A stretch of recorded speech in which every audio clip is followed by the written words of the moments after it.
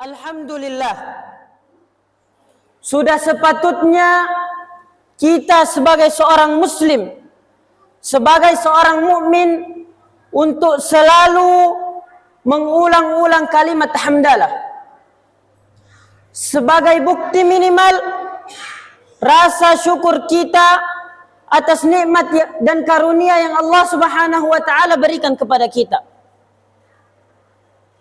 Baik itu nikmat yang kita rasakan ataupun nikmat yang tidak terasa.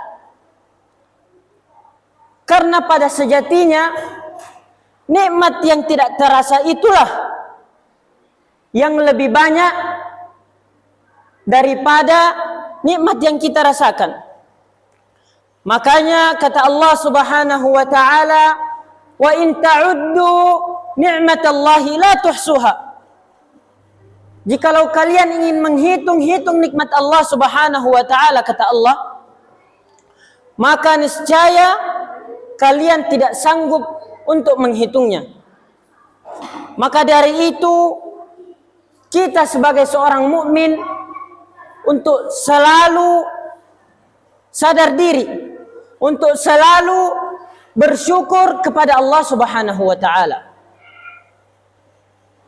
Salawat serta salam terus kita haturkan kepada Nabiullah Muhammad alaihi salatu wassalam,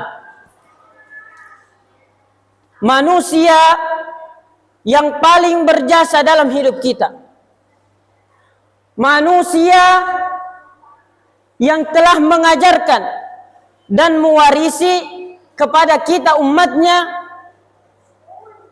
yang telah mewarisi hal-hal kebaikan,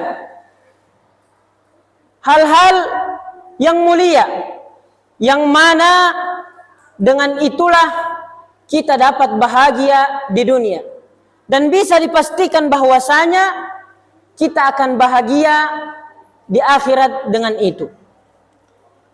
Ma'asyiral muslimin, jamaah Jumat rahimakumullah.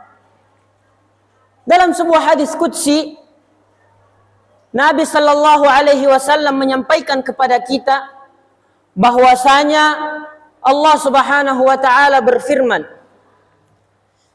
"Ana 'inda dhanni 'abdi bi." Kata Allah Subhanahu wa taala, saya senantiasa berada dalam sangkaannya hambaku. Atau kalau kita artikan secara bebas, Allah Subhanahu wa taala mengatakan keadaannya hambaku tergantung sangkaannya kepadaku.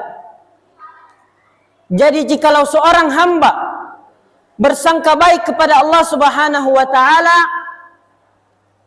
maka keadaannya akan baik-baik saja.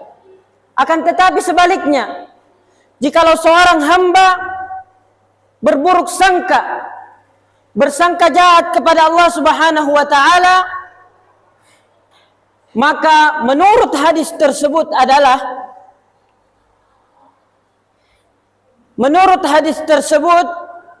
kehidupannya sedang tidak baik-baik saja.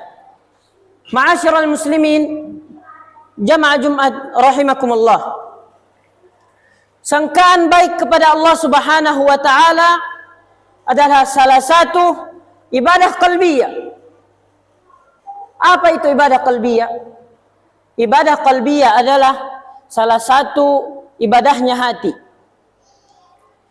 yang setiap muslim, yang mana setiap mukmin wajib terus berusaha untuk senantiasa bersangka baik kepada Allah Subhanahu wa taala.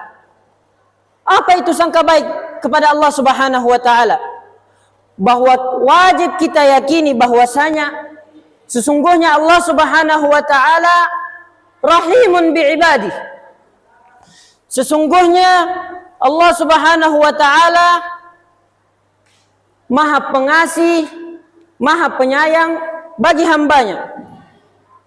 Wajib kita yakini itu, bahwasanya Allah Subhanahu wa taala itu memiliki sifat, yaitu sifat Rahman dan Rahim.